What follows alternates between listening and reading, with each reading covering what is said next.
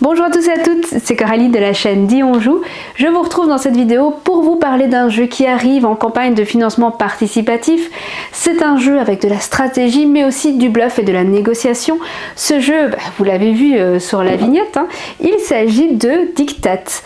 Alors cette vidéo n'est pas une vidéo règle, je vous le dis tout de suite, ce n'est pas non plus une vidéo dans laquelle je vais vous donner mon avis, c'est vraiment une vidéo de présentation du jeu où en quelques minutes, en un coup d'œil, vous allez avoir une idée du jeu, de ce qu'il a à offrir pour vous faire une idée du jeu et savoir si c'est un jeu qui est fait pour vous ou non. C'est parti ? Tic-Tac, c'est donc un jeu stratégique dans lequel vous allez essayer de contrôler les différents secteurs de la ville de Prague. C'est aussi un jeu avec du bluff et avec une grande part de négociation parce que le principe qui est posé par le jeu, c'est le libre-échange. Donc tout peut se monnayer, tout peut s'échanger, que ce soit le matériel ou les informations. Bien sûr, il y aura de la trahison parce que vous avez beau engager votre parole, rien ne vous oblige vraiment à la suivre, n'est-ce pas? Donc ça, c'est vraiment les grands principes du jeu. Ça se passe dans un univers qui est assez particulier, cet univers dystopique qui a lieu à Prague. Et pour comprendre ça, il faut remettre les choses dans leur contexte puisque cette messe, la maison d'édition, est connue pour son jeu de rôle Nock. Et en fait, tout cet univers de Nock a été transposé dans ce jeu de plateau, d'où l'univers particulier et qui est assez riche. Quand vous allez ouvrir le livret de règles et que vous allez le parcourir, vous allez voir qu'il y a effectivement tout un contexte qui est posé et dont je vais vous donner un petit aperçu là tout de suite. La nuit est tombée sur le monde. La Terre a été engloutie par l'artefact, un objet impossible surgi du fond de l'espace et du temps. Condamnée à la soumission, l'humanité s'est retranchée dans les blocs cités-États autonomes, gouvernés par la puissante administration. L'apocalypse est en marche, mais dans les ténèbres, plusieurs factions poursuivent leur combat à mort pour imposer leur hégémonie. Dans Dictate, vous allez incarner une faction du bloc de Prague et vous allez tenter de vous imposer comme le maître de la ville, qui est en fait celui qui va arriver à 10 points de victoire le premier. Donc c'est vraiment une course aux 10 points de victoire. C'est donc un jeu de contrôle de territoire dans lequel une des principales actions que vous allez faire est d'aller déployer des jetons citoyens, gardes et émissaires face cachée dans les différents secteurs de Prague. Vous allez donc faire une petite pile de jetons en choisissant le nombre de citoyens, de gardes et d'émissaires que vous y mettez, et le joueur qui aura le plus d'émissaires dans un secteur sera le vainqueur et c'est celui qui pourra choisir le trophée qu'il veut en sachant que les trophées c'est une des principales manières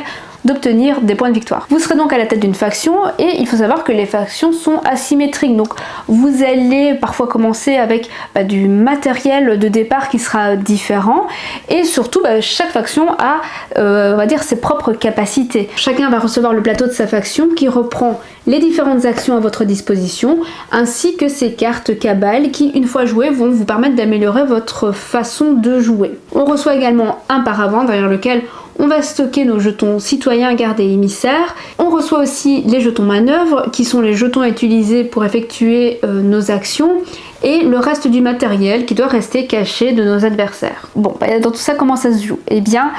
Dans une première phase, à tour de rôle, on va jouer un jeton manœuvre en sachant que selon le nombre de joueurs, on en aura 4 ou 5. Donc on va placer son jeton manœuvre soit sur son plateau personnel. Vous verrez, il y a les emplacements justement où vous allez pouvoir mettre vos jetons manœuvre et les différentes actions qui y sont décrites. Par exemple, vous allez avoir une action d'espionnage qui va vous permettre, en posant justement votre jeton manœuvre dessus, d'aller regarder 2 jetons adverse sur le plateau central. Ou encore vous pourrez faire une action assassinat pour retirer un jeton adversaire du plateau, mais là attention parce que si vous tombez sur un garde, votre action d'assassinat est neutralisée et vous devez donner 2 points de pouvoir à votre adversaire. Mais au lieu de poser un jeton manœuvre sur le plateau, vous pourrez le poser au sommet d'une petite pile de citoyens, de gardes ou d'émissaires. Enfin voilà, vous décidez de ce que vous mettez dans votre pile et vous la mettez dans un secteur. Les émissaires, c'est ce qui est important au final parce que c'est ce qui va vous permettre d'avoir la majorité dans le secteur que vous visez. Les citoyens, on va dire que c'est ce qui permet d'introduire du bluff. parce que peut-être que vous allez mettre une très grosse pile mais il n'y aura que des citoyens, donc au final il n'y a rien. Donc ça c'est ce qui permet voilà, de noyer le poisson. Et il y aura les gardes, et les gardes c'est ce qui va protéger vos émissaires, parce que quand il y a quelqu'un qui faudra faire une action d'assassinat, si on tombe sur un de vos gardes, et bien l'action assassinat elle tombe à l'eau, et pire votre adversaire doit vous donner 2 points de pouvoir. Quand tout le monde a posé ses jetons manœuvre, on passe à la phase de résolution.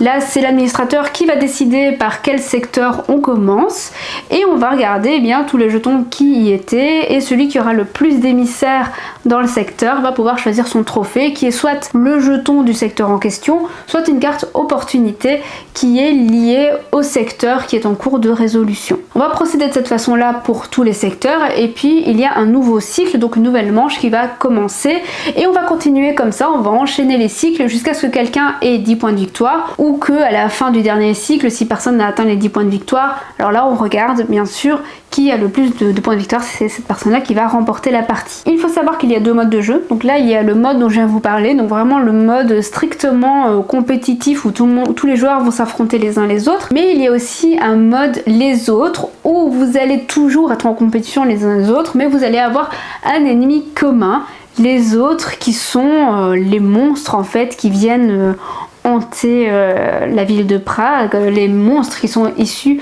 de l'artefact. Donc vous avez une difficulté supplémentaire, donc voilà, c'est un autre mode de jeu. Moi vraiment quand vous allez commencer, je vous conseille de commencer avec le mode normal, histoire de bien vous familiariser avec le jeu, et d'ensuite embrayer sur le mode les autres pour voilà, pour varier un petit peu vos parties. Mais pour commencer, le mode strictement compétitif, ça sera déjà très très bien. Alors Diktat, à qui ça s'adresse? Je dirais que si vous aimez les jeux de bluff, c'est parfait en fait pour amener un peu plus de stratégie, pour avoir un jeu un peu plus avec un peu plus de profondeur dans le style de jeu de bluff. C'est un jeu aussi qui va s'adresser aux gens qui aiment la négociation, parce que c'est une part intégrante du jeu tout simplement. Et les dernières petites informations, bien sûr, c'est un jeu de 2 à 5 joueurs pour des parties d'environ 90 minutes et qui s'adresse à des joueurs à partir de 14 ans.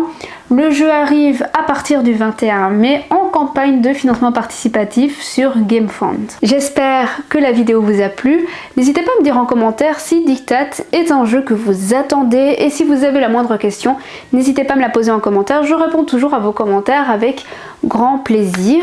Je vous ai mis d'ailleurs le lien vers la campagne de financement participatif dans la description de la vidéo, donc si le jeu a piqué votre curiosité, n'hésitez pas à aller faire un petit tour sur la page de la campagne.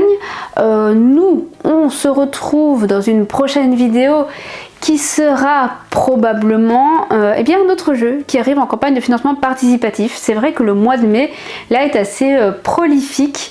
Je pense que là je vous aurais parlé de 3 jeux, donc Diktat, je vous ai parlé de AI 100% Human aussi, et voilà, il y a un 3e jeu qui arrive dont je vais vous parler avec une thématique assez spécifique, vous verrez.